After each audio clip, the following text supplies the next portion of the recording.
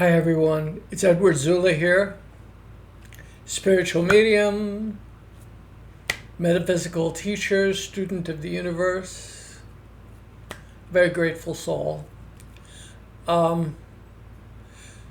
Yesterday was the 19th anniversary of September 11th, and it was a day that many people in our country were taking to reflect, to remember all the lives lost. But for me, it seemed like it was like one thing on top of another. Here we are dealing with this health pandemic, and then here comes the anniversary of 9/11 on top of it. It was a lot to bear. And on top of that, sadly, I've had friends who have lost very dear people, very, very dear people to them. I'm thinking of my friend Becky, and I'm also thinking of Will and Melissa, and a number of others who have lost people. And it's interesting that the topic that has come up in conversations, because the sense of grief is overwhelming. From, as I think yesterday, really was a big trigger for a lot of people that were kind of lifting up, people that were lifting up from this pandemic and the heaviness and starting to feel a little bit better. Yesterday's anniversary of 9/11 was sort of, just a reminder of more loss and more grief. But I feel compelled to share something that's very, very important. We don't all grieve the same way. No two people grieve the same way, or if given the same amount of time. Grief is a process. We go through many stages of grief, and we revisit those stages as we're grieving. As we think of something or remember something, we will cycle back. Let's talk about the stages of grief as we know them. The shock, denial, bargaining, acceptance, depression, and then there's meaning, finding meaning. So that's the sixth step. Now, I said them, a couple of them may have been out of order, but the truth is we don't experience them all in order. We experience them like a patchwork quilt. That's the first thing.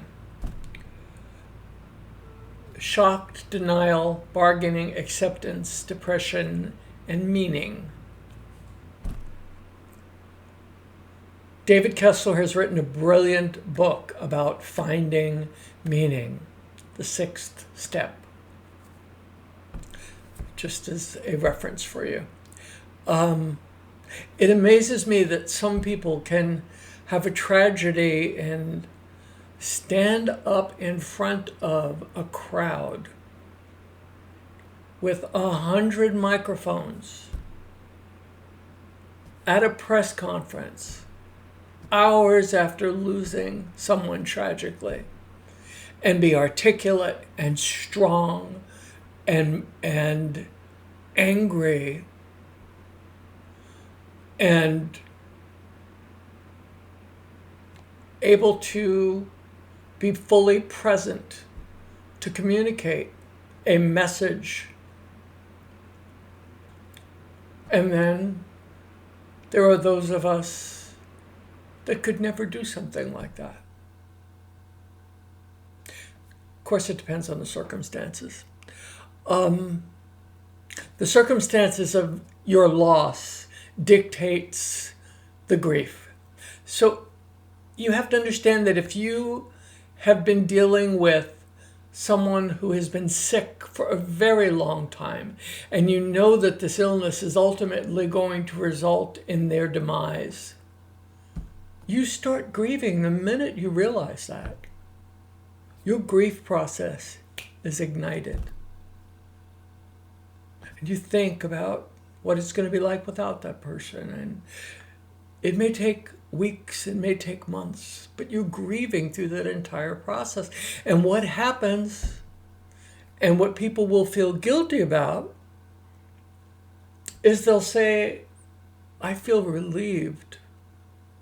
Why do I feel relief? I feel like I should be crying and crumpled over, and I feel relief, and I'm ashamed that I feel relief. No. You've been grieving all this time. Whereas on the other hand, well, no, let me continue with that. What happens in that case very often is that shame, or that awkwardness, or that feeling of relief is not understood by people who are coming in to pay their respects, or they might not understand why the person who's had the loss is not heavy and weepy. And I personally have been through this, where someone had an extended illness, and I was part of the hospice process. And by the time people came to pay their respects and come in and be very somber, and I said, I was not feeling very somber. I was feeling relieved. I was feeling relief for the person who had passed. I was feeling relief for myself. I was feeling relief for the family. But outsiders don't necessarily understand this.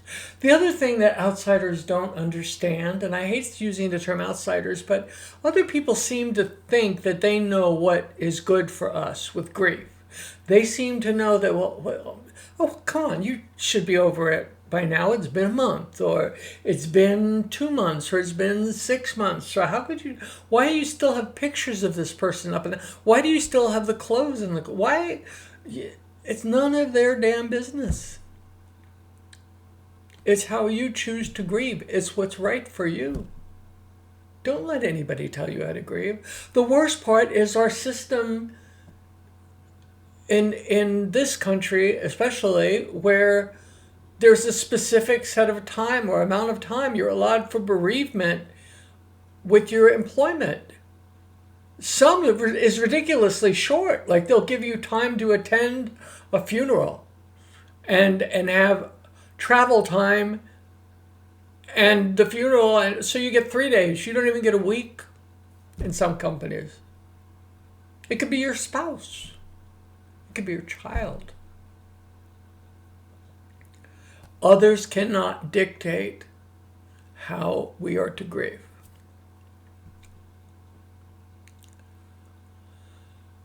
Grief can be transformative.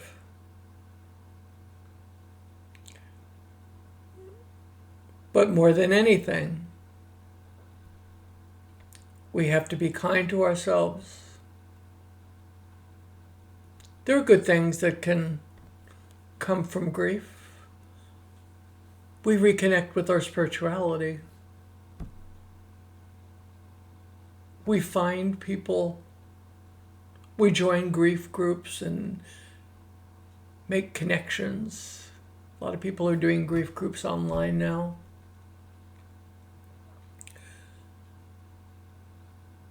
But when you have, going back to the difference in grief, when you have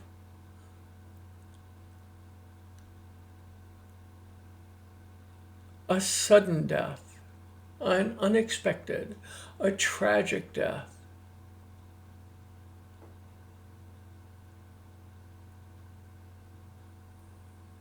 you get blindsided. You're not prepared. You're not prepared. Not only did you not necessarily have time to tell that person goodbye, but you may have had bad words with them the last time, or you may have regretted something, there's nothing more tormenting to us than losing someone suddenly like that in a tragic, tragic way. Whether it be by suicide, car accident, anything like that.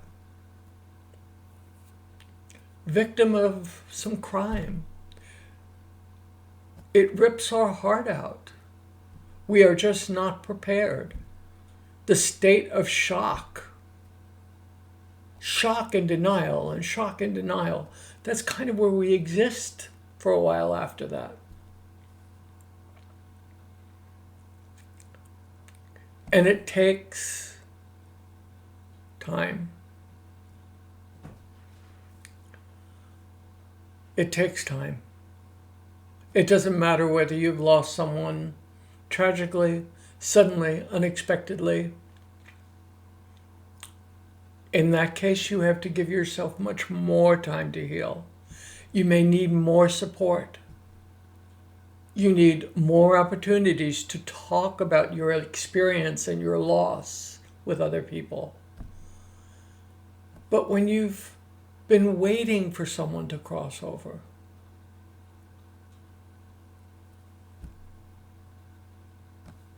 forgive yourself. If you feel like you're relieved, it's perfectly fine. It's natural. So, my brain is telling me there were other things I wanted to talk about on this topic, but I think we've all been feeling pretty heavy lately. And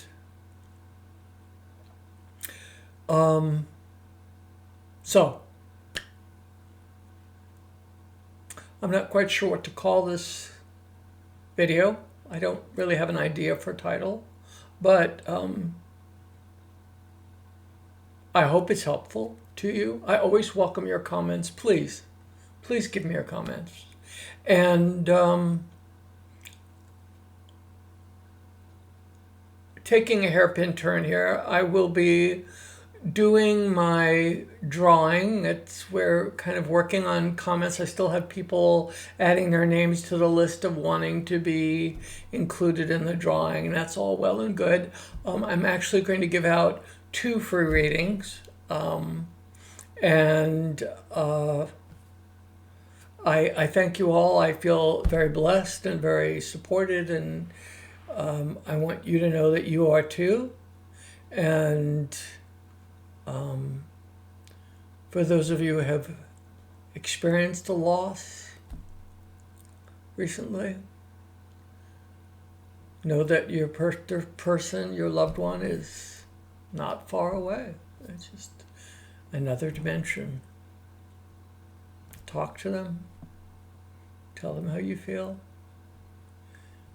Look for signs. They may not come right away, but you'll get signs.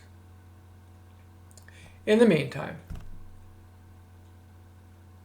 wash your hands, social distance, put on your mask until we're told you don't need them. Take care of yourselves. And I will be posting the results of the drawing on Monday.